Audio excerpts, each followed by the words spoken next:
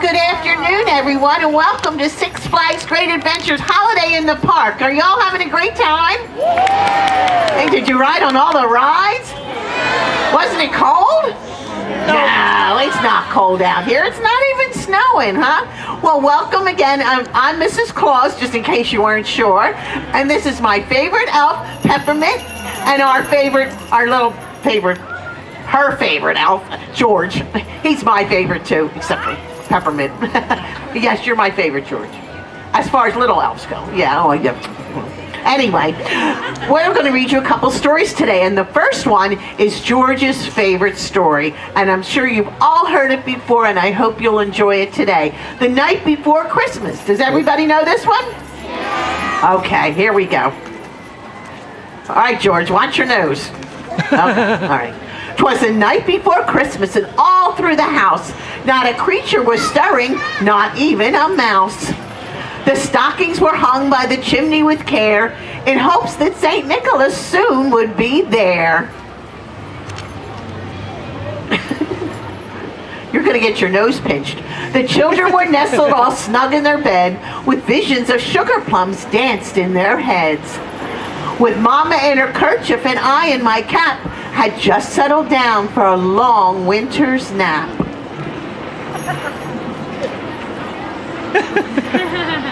What's he doing? Are you listening, George? Away to the window I flew like a flash, tore open the shutters and threw up the sash. The moon on the breast of the new fallen snow gave a luster of midday to objects below, when what to my wondering eyes should appear but a miniature sleigh and 8 tiny reindeer.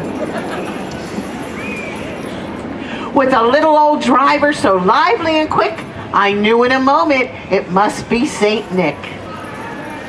More rapid than eagles his coursers they came, and he whistled and shouted and called them by name. You ready? Ready, George? Okay. Now Dasher, now Dancer, now Prancer and Vixen, on Comet, on Cupid, on Donner and Blitzen. Can you hear George? He's not talking very loud. I have a microphone. He doesn't have one. So anyway, to the top of the porch, to the top of the wall. Now dash away, dash away, dash away all. As dry leaves from before the wild hurricanes fly, when they meet with an obstacle, mount to the sky. So up on the rooftop, the coursers they flew, with a sleigh full of toys and St. Nicholas too. And then in a twinkling I heard on the roof the prancing and pawing of each little hoof.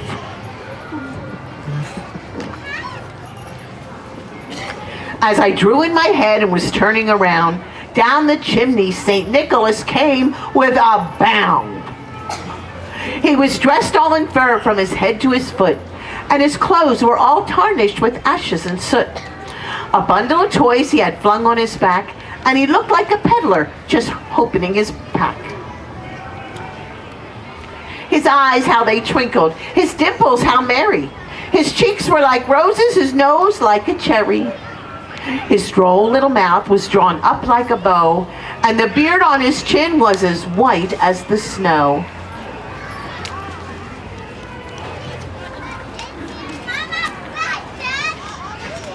He had a broad face and a round little belly that shook when he laughed, like a bowl full of jelly. He was chubby and plump, a right jolly old elf, and I laughed when I saw him in spite of myself. A wink of his eye and a twist of his head, and I knew that right then I had nothing to dread.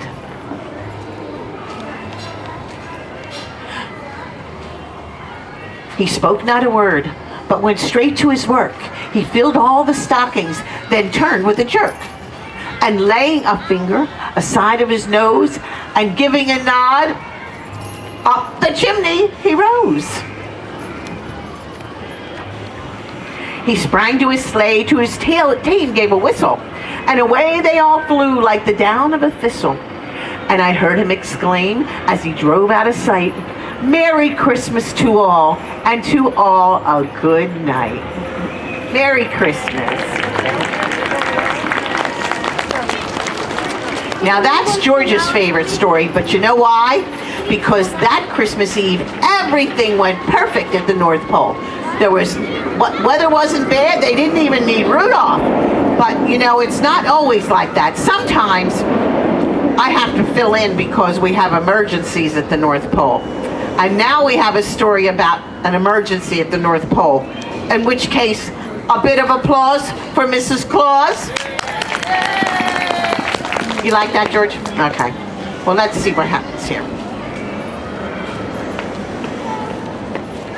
It's the day before Christmas, and Santa has the flu. Mrs. Claus has a problem. There's still so much to do. First, she dashes off the letters that weren't answered. Okay, so I have to get my letters out. Then she trims the trees and decks the halls that were missed. Oh, we gotta get these decorations up. Well, thank you. Oh, here we go. Now we have all the decorations. Okay. Mrs. Claus then wraps the presents. Oh, but the elves are going to help. Oh, we got presents. Okay, good. We're all set. Oh, yikes, wait a minute. What's that smell? The cookies are burning. Oh, the cookies are burning. It's a hullabaloo. Oh. Mrs. Claus goes to leave, but she trips on the trash, and then down goes the tree with a great big crash. Oh.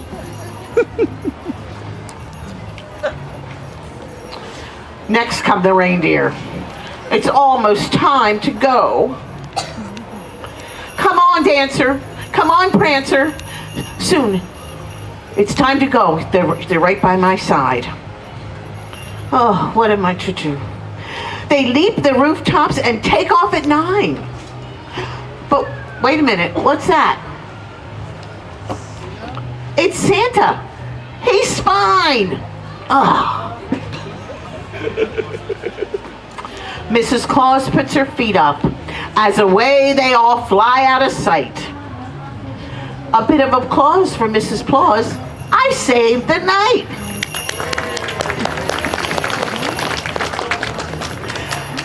And a very last thought before this book is through. A big North Pole wish. Merry Christmas to you. Merry Christmas, everyone. Thank you for coming. If you'd like to have pictures taken with me and the elves, all you have to do is get in a little line here. We have somebody from Kodak will take pictures, or you can take them yourselves, okay? Thank you.